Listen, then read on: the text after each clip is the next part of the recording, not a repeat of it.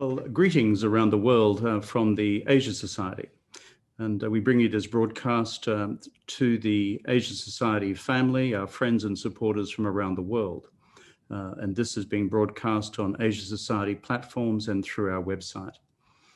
The Asia Society is a global family, and we're joined tonight by our centers in Washington, in Houston, in Los Angeles, and in San Francisco, as well as our centers around the world, in Tokyo, in Seoul, in Hong Kong, Manila, Sydney, Melbourne, of course in Mumbai and Zurich. And there are many others who are joining this gathering as well. This is a special event, and we are honored to have with us the Foreign Minister of the People's Republic of China, Wang Yi, who is also, of course, a respected member of the State Council of China. And we're also joined by Ambassador Cui Tiankai, the Ambassador of the People's Republic of China to the United States of America. Let me make just a few remarks of welcome in Chinese, and then let me outline our context for this evening's presentation by the Foreign Minister. 大家好，我是鲁克文，我是那个亚洲协会的会长。那么今天我要表达，我们觉得十分荣幸，有机会主持中华人民共和国外交部长王毅先生给我们发表演讲，是我们的荣幸。我们亚洲学会的历史很长，已经65年。我们开始的时候呢，50年代那就是冷战的那个时代。但是我们的创造者那个洛克菲勒先生，他很有远见。他认为从50年代开始，我们应该搞好美国以及亚洲的关系，包括美国和中国的关系。当然，最近那个中美关系有一些矛盾，有一些问题，但是我们亚洲学会的使命是继续下去的。所以今天晚上我们特别感兴趣王毅部长发表的演讲的内容。As someone who has been a student of US-China relations for the last 40 years, I'd like to say that it gives me no pleasure to point out that the current state of the US-China relationship is probably the worst that we've seen in nearly half a century. And that's despite all the twists and turns that we've seen over those decades. Many positive things have been achieved over 50 years, but of course, new problems and new difficulties have arisen. When we look to the future, there will be a long debate about why the US-China relationship has ended up in the difficulties which it currently faces. There will be a long debate about what China has done that is different, what America has done that is different, and how strategic circumstances more generally have changed. The key challenge, however, for the future is what will we do for this extraordinary decade of the 2020s which lies ahead of us? Broadly speaking, I see several possible scenarios. One sees China work within the framework of the international rules-based order that we've been developing together since 1945. The second is that as China's power grows, that the rest of the world, including the United States, increasingly adjusts to an order which is much more accommodating of Chinese interests and values, and where China's leadership becomes more apparent. There's a third scenario too, which is through international machinery like the G20 and like other bodies through the United Nations, China and the United States work collaboratively with other countries to ensure that the order is stable, accommodates our interests and our values, and still preserves the fundamental principles of open societies, of open trade, and of course, of open systems. These, I think, are the scenarios which lie before us. Of course, some of our colleagues, including Graham Allison from Harvard University, who also joins us in the audience this evening, have outlined a further scenario. And that is that In fact, we may be, according to Thucydides' trap, destined for war. I don't believe that is so, but Graham's analysis is a sobering one, and he points to the structural tensions between established powers and rising powers, and whether in fact it creates a near inevitable dynamic which pushes them towards crisis, conflict, and war. That's the sobering alternative to the other scenarios I just outlined.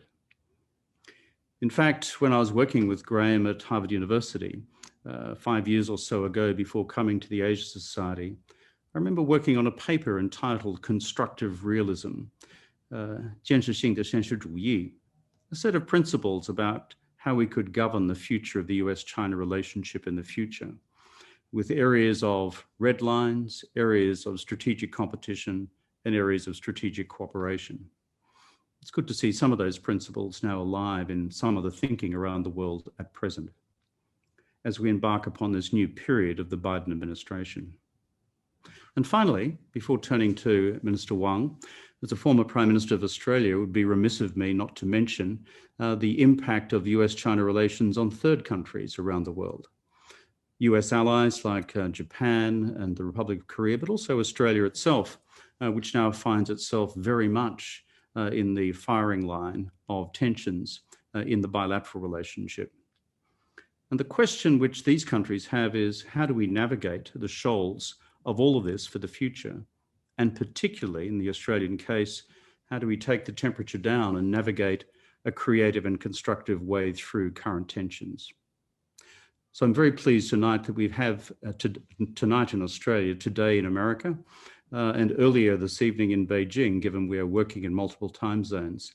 I'm delighted that we have this opportunity to hear from the man himself, Wang Yi, the Foreign Minister of the People's Republic of China. Foreign Minister Wang is a man of enormous diplomatic experience. He has traveled the world extensively since becoming Chinese Foreign Minister. And prior to that, as a professional Chinese diplomat, has extensive experience in many countries around the world, and most particularly in Japan. So, Foreign Minister, you are a welcome guest here at the Asia Society. We welcome you to address this, our Asia Society family and community around the world. Over to you, Minister.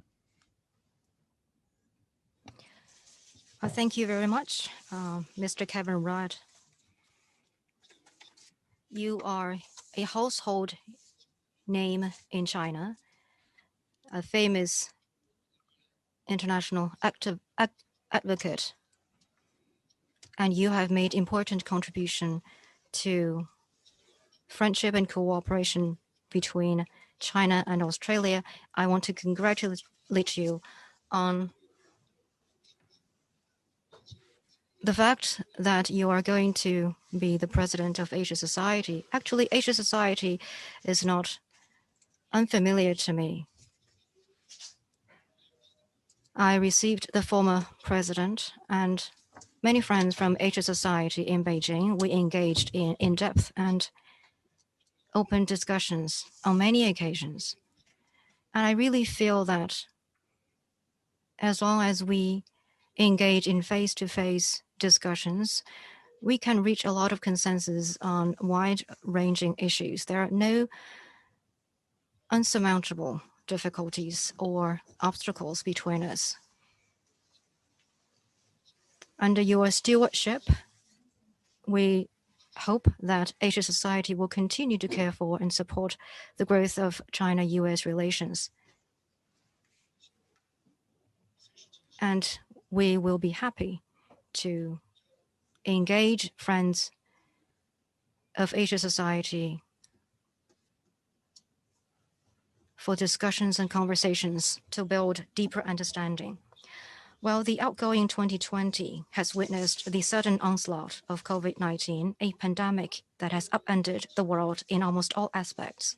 Countries have come to realize more than ever that global challenge requires enhanced international coordination and cooperation, and that major countries in particular should lead by example.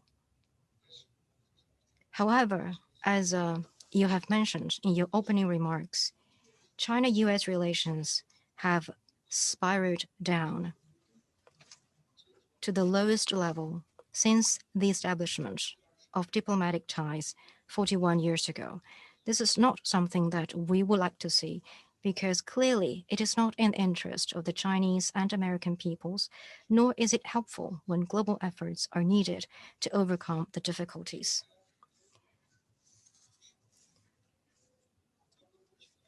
In retrospect, 2020 might have witnessed the greatest damage to the international order and international relations.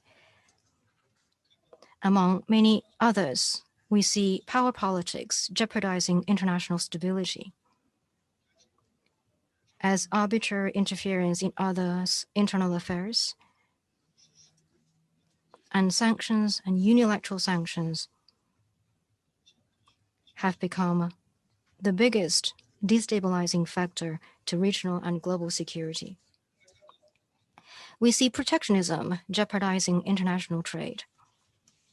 As backlash against globalization is gaining momentum, there are more barriers impeding trade and investment, and global industrial and supply chains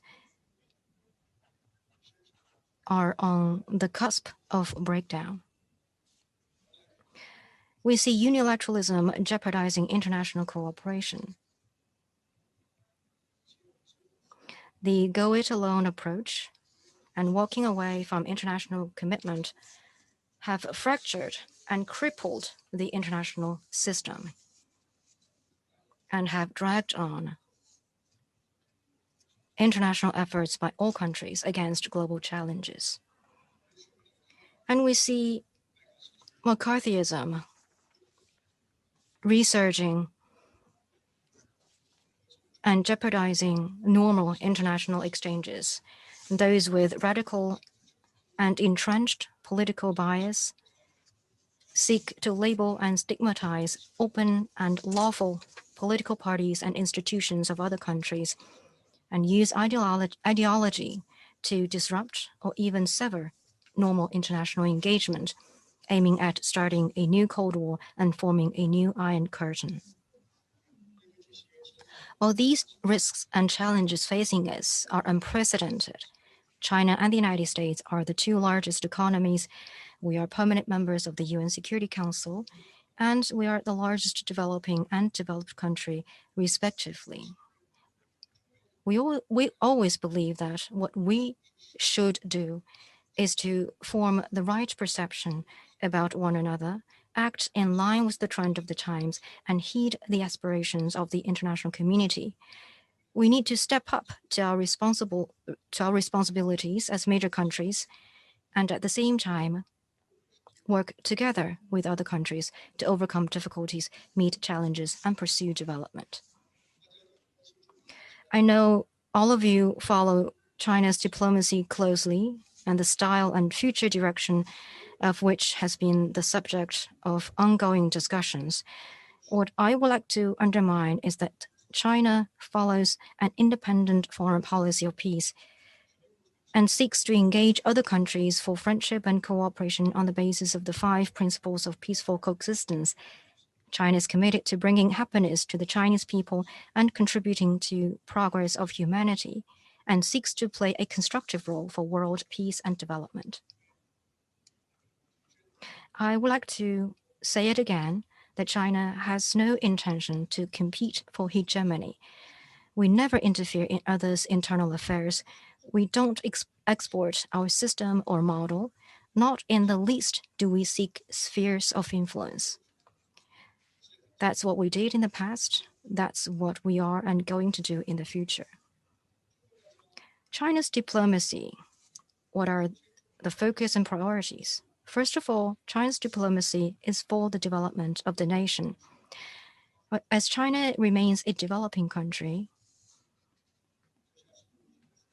as President Xi Jinping has said, the Chinese people's aspiration for a better life is the goal that we endeavor toward. With relentless efforts, all rural residents living under the current poverty line and all designated counties have shed off poverty this year. This means that extreme poverty is eliminated for the first time in China's history of several thousand years. We are proud of such achievement. And what we have achieved is a big contribution to poverty reduction efforts of all humanity. At the same time, we are sober-minded about the long journey ahead. If we are to lock in the gains against poverty and bring prosperity to all the people, while China's diplomacy, which starts at home, naturally should help promote the overall development of the country and the new development paradigm. So the first priority of China's diplomacy is to serve sustainable development of the nation. Second, China's diplomacy is for win-win outcome. It's not part of the Chinese culture to seek our own development or put our interests above others, nor is it our philosophy to play the zero-sum game and be the winner that takes all. What we are committed to is a win-win strategy of opening up to ensure that all countries will come out as winners. The experience of China's 40-plus years of reform and opening up is a strong testament to that. All the businesses and countries that have worked together with China have achieved shared development and prosperity. This is what we believe will make diplomacy more sustainable and more popular. We will further open up only broader, deeper, and with higher standards. And we will share opportunities and benefits with all countries for win-win and greater development. China's diplomacy is for equity. Having experienced great humiliation in history, China truly understands how important equity is. We believe that countries, irrespective of their size and strength, are all equal members of the international community. The big and strong must not bully the small and weak. We believe that all countries enjoy equal rights to development. Developed countries have achieved development. We congratulate developed countries on that. And then developed countries need to help developing countries increase the capacity for self-development. And developing countries should not be kept forever at the lower end of the industrial and value chains. We believe that global affairs should be handled by all countries through consultation, and that international rules should be made by all countries on an equal footing. There should be more democracy in international relations. While China stays committed to developing a relationship based on coordination, cooperation, and stability with the United States under the principle of no conflict, no confrontation, mutual respect, and win-win cooperation. And China has been working in good faith to that goal. Regrettably, however, when we turn on TVs, read newspapers, and access new media, we would often see senior US officials pointing fingers at China. And there is no evidence to support their accusations. They are merely irresponsible presumption of guilt and emotional lashing out. The fundamental reason behind all this is that some US politicians have strategic miscalculations about China.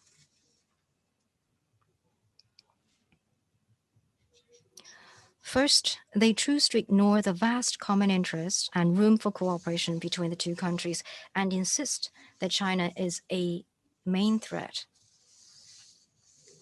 This is like misaligning the first button of the clothes. They get things wrong at the very beginning. The ensuing whole-of-government strategy that mobilizes all resources available to take on China is going in a wrong direction.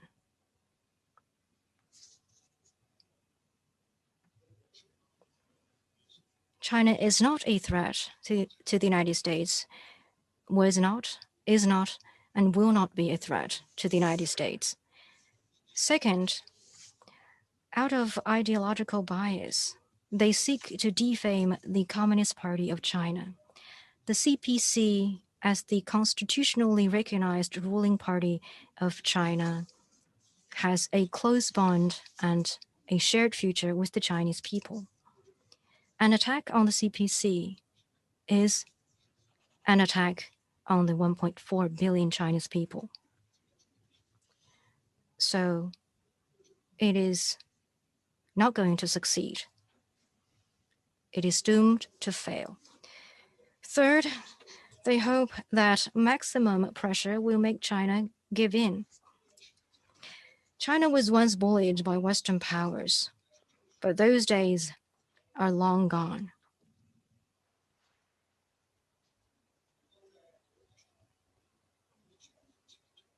Power politics will only get the Chinese people to be more resolved in their response.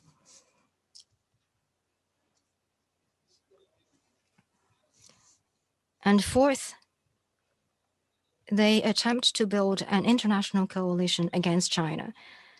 But this is the age of globalization, and the interests of all countries are so intertwined that the overwhelming majority of them do not want to take sides, let alone being forced into confrontation with China. Facts have proved and will continue to prove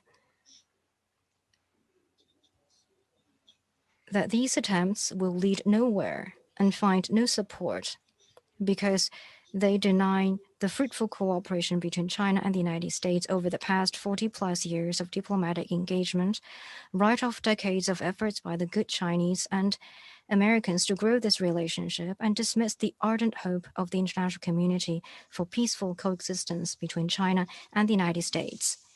This grave, difficult situation in China-US relations is not something we want to see.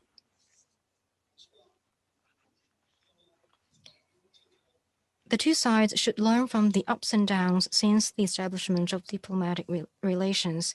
In particular, it is important that the United States policy toward China return to objectivity and sensibility as early as possible. I wish to stress that China's policy toward the United States is always stable and consistent. We always believe that with deeply interwoven interests between the two countries, neither can do without the other, remodel the other, or replace the other. The bilateral relationship is no zero-sum game, and the success of one does not have to entail the other's failure. While China-US cooperation can make great things happen for the two countries and the entire world, China-US confrontation would definitely spell disaster for not only the two countries, but also humanity as a whole. The giant vessel of China-US relationship carries not only the well-being of the 1.7 billion Chinese Americans, but also the interests of the over 7 billion people of the world. I believe we all agree that the time has come to decide the future course of this giant vessel. As President Xi Jinping wrote in his congratulatory message to President-elect Joe Biden, it is hoped that the two sides will work together in the spirit of no conflict, no confrontation, mutual respect, and win-win cooperation, focus on cooperation, manage differences, move forward China-US relations in a sound and steady manner, and together with other countries and the international community, advance the noble cause of world peace and development. This is how we see our relationship and what we expect of the relationship. I hope that the US side will join us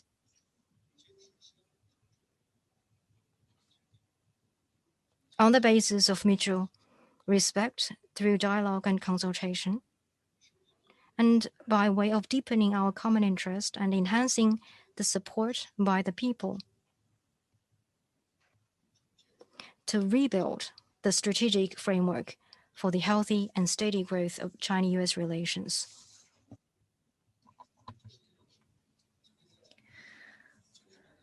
This, I believe, is also what Ambassador Cui Tiankai shared with friends in Washington, D.C. In my video discussion last week with friends from the US-China Business Council, I talked about the importance for China and the United States to restart dialogue, return bilateral relations to the right track, and rebuild mutual trust. We hope that we will expand cooperation, manage differences through dialogue. We have noted the 4 priorities laid out by President-elect Joe Biden. We believe that at least 3, COVID response, economic recovery, and climate change, provide space for cooperation between our 2 countries. And the most pressing task at the moment is to jointly tackle the pandemic. We in China stand ready to continue to do what we can to support the US as needed.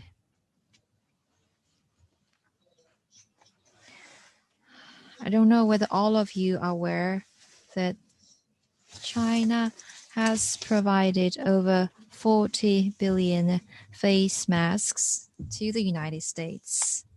That is, on average, every American citizen gets over 100 face masks made in China.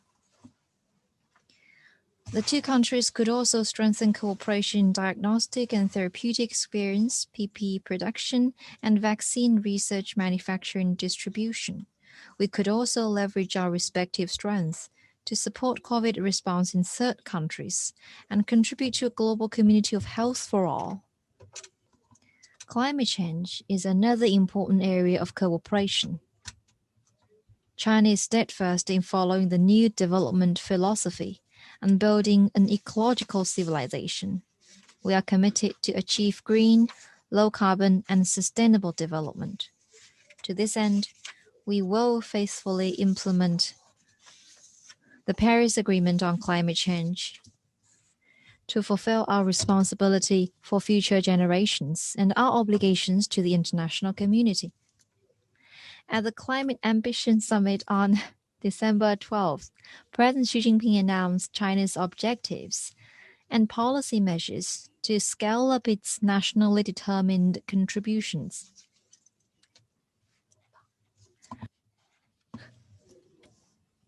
We have also noted that President-elect Joe Biden had pledged to bring the U.S. back to the Paris Agreement after taking office.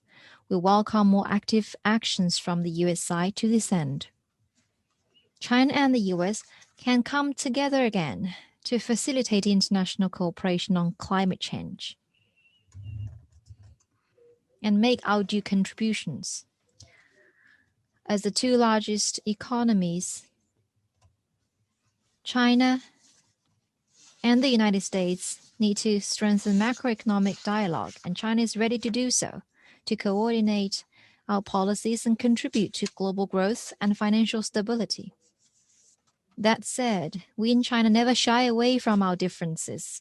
Our stance is that the 2 sides should manage constructively the prominent and important issues based on a right perception of each other. First, on ideological issues. We hope both sides will respect each other's choice of system and development path.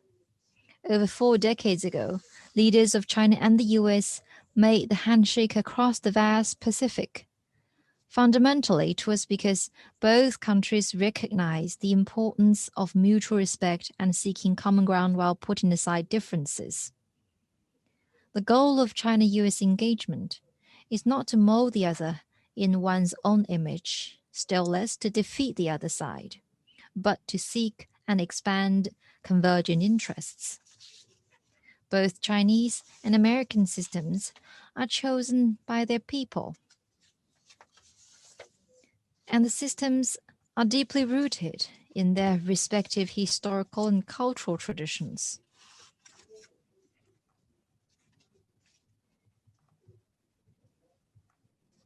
if the US China policy were to remodel or even subvert China, it would not be achievable. It would be mission impossible. And it leads nowhere. The right approach is to respect each other's political system and development path, continue to maintain peaceful coexistence, and promote win-win cooperation. Second, on issues concerning national sovereignty and territorial integrity, we need to commit to the international are all China's internal affairs, and of course involve China's core interests.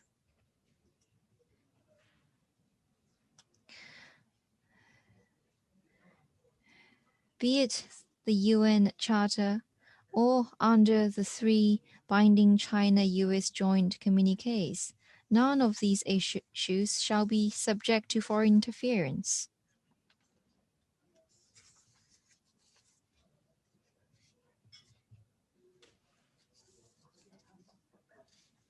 Some politicians have fabricated too much false information about Xinjiang and Tibet, and the executive branch and Congress have on this basis exercised long-arm jurisdiction on Chinese businesses and individuals. Such moves seriously violate international law and defies international justice and conscience. As an independent sovereign state, China naturally has to respond. We shall not allow the law of the jungle to govern our world again. At the same time, for our foreign friends who truly care about China and wish to know more about Xinjiang, Tibet, and other parts of China, we are always ready to share with them the facts, what is truly happening in China.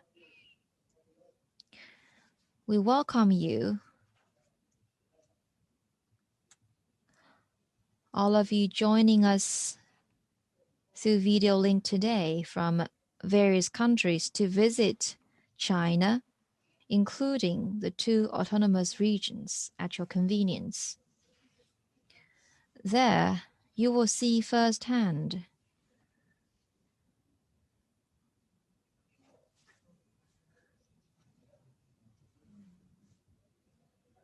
a situation is different from what you hear and see in the news. You will see a Xinjiang and Tibet that enjoys social progress, ethnic harmony, freedom of religious belief, and a vibrant economy. Third, on trade issues, we need to replace confrontation and sanctions with dialogue and consultation. China-US trade is mutually beneficial in nature. What drives trade is market demand, not imposed deals. There are no winners in trade wars.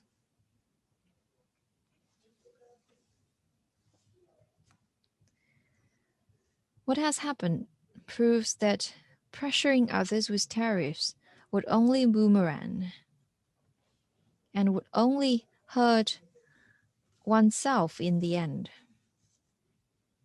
The 2 sides need to remove man-made barriers and instill positive expectations for the sound development of bilateral economic and trade cooperation. Let me stress here that the Chinese market will continue to grow and is expected to become the largest and most vibrant in the world. This means China can and need to buy more products with active demand in the Chinese market from the United States. And it is just a matter of time before the trade imbalance is eased. As for the concern of structural issues, let me say that China is firmly advancing our reform according to our reform timeline. And At present, we are firmly advancing supply-side structural reform. In the meantime, China is implementing in good faith the common understanding in the Phase 1 trade agreement in this respect. China has set a clear goal of building a new system of open economy of higher standards.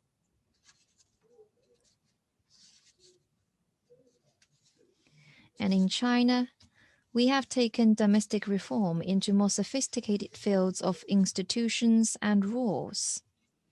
China's reform does not stop at policies. As time passes, the legitimate concerns expressed by various parties will be properly resolved because, first and foremost, resolving such concerns meets China's needs of building a modern system. We urge the US side to stop overstretching the notion of national security, stop the arbitrary suppression of Chinese companies. Just in recent days, the executive branch of the US administration has been expanding the list of sanctions against Chinese companies. This is unacceptable. We hope the US side will take a sober-minded approach and provide an open, fair, and non-discriminatory environment for Chinese businesses and investors. Fourth, on maritime issues, we need to strive to turn frictions into cooperation. I believe this is totally achievable. Because for one thing, there has never been a problem with the freedom of navigation or overflight in the South China Sea. There has never been a single instance where normal navigation or overflight was impeded. China's position is crystal clear. We will continue to work with other countries to maintain the freedom of navigation overflight under international law. China will speed up consultations with ASEAN countries toward a code of conduct in the South China Sea (COC), which will regulate behaviors on the sea and underline the principle of peaceful settlement of disputes. The conclusion of the COC will be compatible with universally recognized international laws, including UNCLOS. It will not affect legitimate and lawful maritime rights and interests of countries outside this region, because COC is not worked out by China alone. It will be an agreement by 11 countries working together. The Chinese government is always open to candid communication dialogue on maritime issues with the US side. This door remains open. Chinese and US experts and scholars may also engage in in-depth discussions on the applicability and technicality of UNCLOS and other international laws and rules to avoid misunderstanding and misjudgment. China and the United States, in maintaining freedom of navigation, protecting the marine environment, and harnessing marine resources, share convergent interests. The two sides can well explore possibilities of cooperation in those areas, engage in positive interactions on maritime issues, and shape positive interactions and add positive elements to China-US relations. Fifth, on people-to-people exchange, we need to remove restrictions as soon as possible. Friendship between our peoples provide the social foundation for China-US relations. People with vision in both countries should jointly reject the attempts to disrupt people-to-people contact and create a cultural decoupling between the two countries. We need to work together to encourage and support people from all sectors to increase exchanges and mutual understanding. To view all Chinese students, experts, and scholars in the US as spy suspects actually says more about the mentality of the accusers and their lack of confidence. China has no intention to pick a fight with the United States either in diplomacy, media, or any other field. It is important that people with vision in both countries jointly oppose stigmatizing people-to-people exchange and politicizing normal contact, and remove stumbling blocks to such contact and exchange.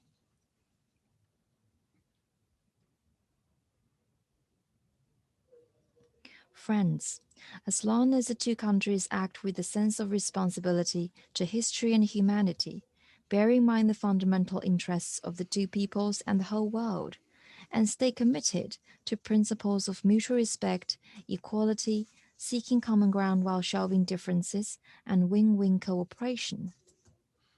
The giant vessel of China-US relations will be able to stay on the right course, steer clear of hidden shoals and rocks, navigate through the counter currents and stormy waves, and achieve the goal of mutual benefit and all win for the world. I've made a quite lengthy speech. Thank you for your patience. Thank you for listening. I'm sure you have a lot of views to share with me. I would like to hear your views and answer your questions. Thank you. Well, thank you very much, Foreign Minister Wang. We have just heard from the Foreign Minister a very comprehensive speech outlining China's view on the potentiality for the future of the bilateral relationship with the United States under the new Biden administration.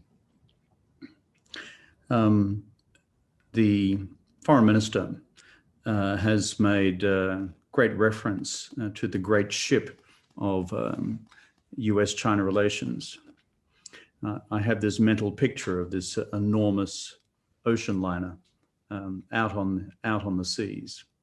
And sometimes the waves are like this, and sometimes you look for where the lifeboats are. But still, this great ocean liner is afloat.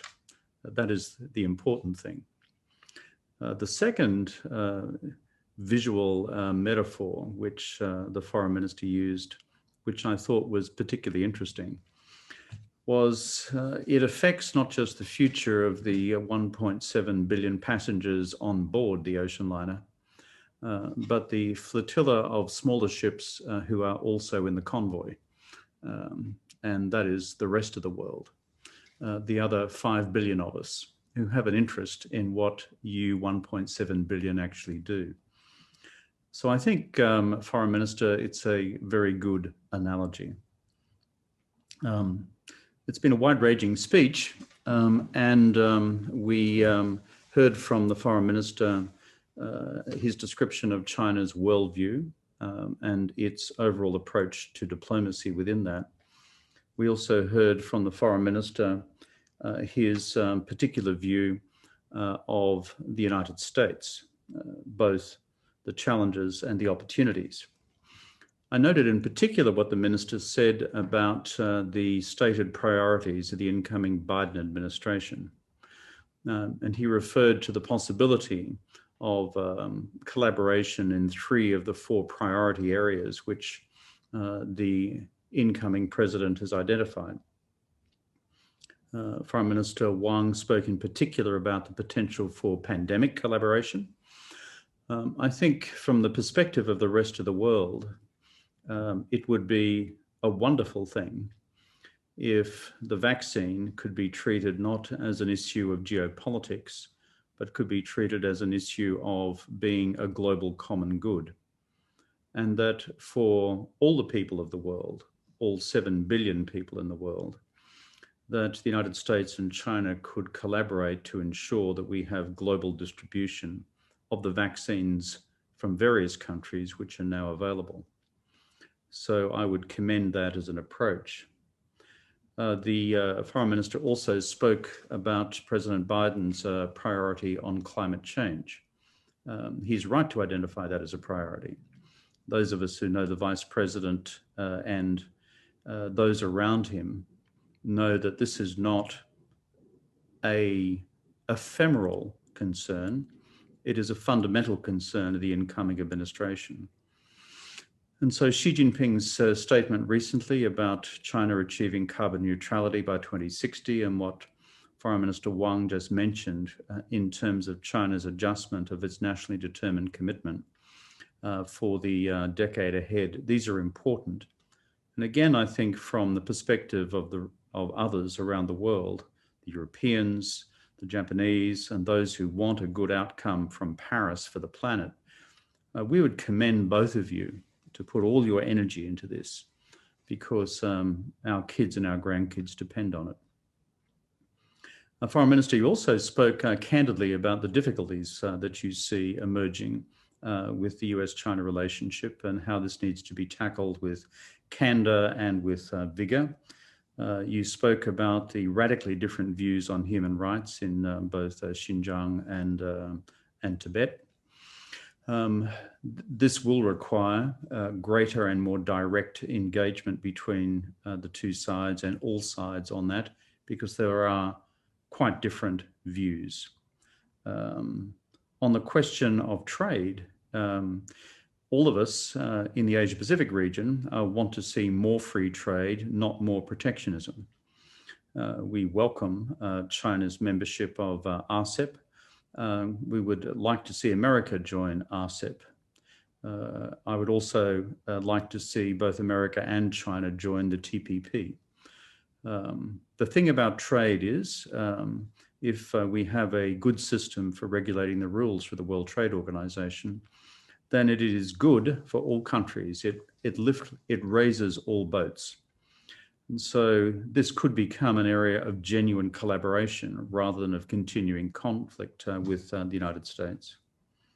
And finally, on the other areas that you mentioned in terms of maritime disputes and maritime confrontation as opposed to collaboration, Foreign Minister, as you know, as an experienced diplomat and Ambassador Cui, this will be the hardest question to resolve because the perception gap is so huge.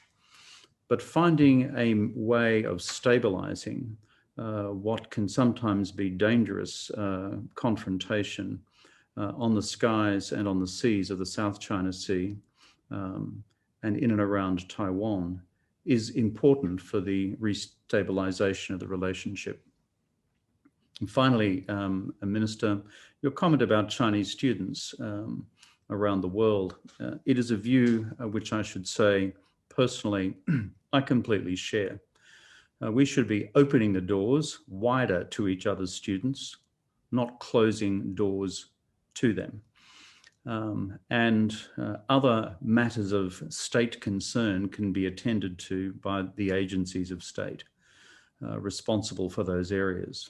But we have a huge mutual interest around the world in our students being welcome in all countries, Chinese students in the United States and around the world, and foreign students in China, because this creates the people-to-people building blocks for the long-term future. And I earnestly hope we can turn that corner in the period ahead so that we see no evidence of any racism or racial prejudice, or the term you used before, McCarthyism in any form in any part of the world towards Chinese students, or frankly, towards foreign students, as they would experience sometimes even in China. To conclude, Foreign Minister Wang, thank you so much for this comprehensive presentation. You spoke eloquently about the need to rebuild a strategic framework for the US-China relationship. That framework needs early attention between both sides. If we're going to have strategic competition between the United States and China, at least may it be managed strategic competition within a common framework, which also provides opportunity for massive areas of cooperation at the same time. The alternative to not having such a framework, Minister, you also referred to. You spoke before about the danger of, in fact, a new Iron Curtain. Those were stark words. I don't think that's what China wants. I don't believe that's what our people in the United States or the government of the United States wants either. But it requires all of our effort, our diplomacy, and our goodwill to make sure that that scenario is avoided. The truth is, as someone from a third country, that's me, my judgment is that both the United States and China will have to change some of their policy positions at present if we are to have a common future. And I think the rest of the world will seek to work within that framework as well. To conclude, also, Minister, I enjoyed very much your early comments about the fact that face-to-face dialogue, once COVID makes that possible, enables us to solve most problems. And I hope soon that that is possible between the United States and China. And again, once again, to put in a pitch for my own country, Australia, face-to-face contact between the Chinese government and the Australian government as well. Thank you so much, Minister, for these comments and for your remarks to us today. And we would conclude this public program at this point. Thank you.